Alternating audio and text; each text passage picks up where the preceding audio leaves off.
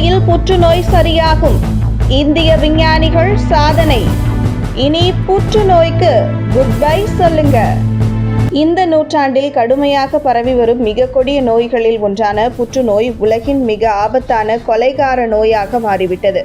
இதை உலக சுகாதார அமைப்பும் ஒப்புக்கொண்டுள்ளது. கொடிய இந்த நோயை எதிர்த்து போராட விஞ்ஞானிகள் முயற்சிகளை மேற்கொண்டு வருகின்றனர். ஆனால் இதுவரை புற்றுநோயை குணப்படுத்தும் சிகிச்சை என்று ஒன்று இதுவரை 100% கண்டுபிடிக்கப்படவில்லை என்பது கசப்பான உண்மை.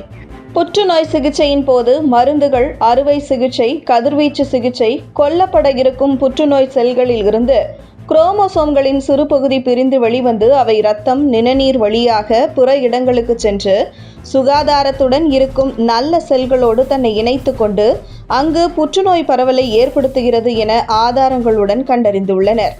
இந்த நோய் பரவலை மெட்டாஸ்டசிஸ் என அழைப்பர்.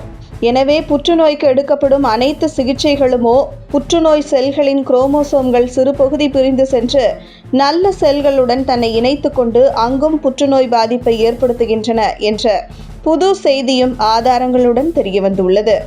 மேலும் புற்றுநோய்க்கான சர்வதேச ஏஜென்சியின் அண்மை கண்டுபிடிப்புகளில் இந்தியாவில் ஏற்படும் மரணங்களில் 7.2% புற்றுநோய் மற்றும் அதன் பக்க விளைவுகளால் ஏற்படுகின்றது என்பது நிலைமையின் தீவிரத்தை உணர்த்துகிறது.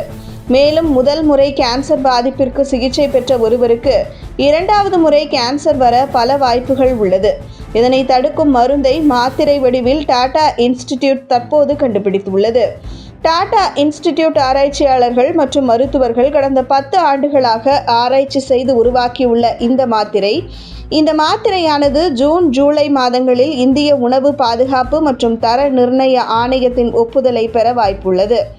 இந்த மாத்திரை அங்கீகரிக்கப்பட்டவுடன் கீமோதெரபி போன்ற சிகிச்சையின் பக்க விளைவுகளை 50% குறைக்கவும், புற்றுநோய் மீண்டும் உருவாவதற்கான வாய்ப்பை 30% குறைக்கவும் உதவும். ஆராய்ச்சிக்காக எலிகளில் மனித புற்றுநோய் செல்கள் செலுத்தப்பட்டன. இதன் விளைவாக எலிகளில் டியூமர் கட்டி உருவானது. பின்னர் அந்த எலிகளுக்கு கதிர்வீச்சு சிகிச்சை, மருந்து சிகிச்சை மற்றும் அறுவை சிகிச்சை அளிக்கப்பட்டது. இந்த புற்றுநோய் செல்கள் இறக்கும் போது சிறிய துண்டுகளாக உடைந்து குரோமட்டின் துகள்களாக உருவாகிறது. இந்த துகள்கள் இரத்த ஓட்டம் மூலம் உடலின் பிற பகுதிகளுக்கு செல்ல முடியும். அவை ஆரோக்கியமான செல்களுக்குள் நுழையும் போது அந்த செல்களையும் புற்றுநோய் உள்ளதாக மாற்றும் ஆற்றல் கொண்டவை. இந்த சிக்கலுக்கு தீர்வு காண டாக்டர்கள் எலிகளுக்கு ரெஸ்வராட்ரோல் மற்றும் காப்பர் கொண்ட ஆக்சிஜனேற்ற மாத்திரைகளை வழங்கினர். இவை ஆக்சிஜன் மூலக்கூறுகளை உருவாக்குகிறது. அவை குரோமட்டின் துகள்களை அழிக்கின்றன. இந்த மாத்திரை புற்றுநோய் சிகிச்சையின் பக்க விளைவுகளை சுமார் 50% வரை குறைக்கும். புற்றுநோய் மீண்டும் வருவதை தடுப்பதில் இது சுமார் 30% வரை பயனுள்ளதாக இருக்கும்.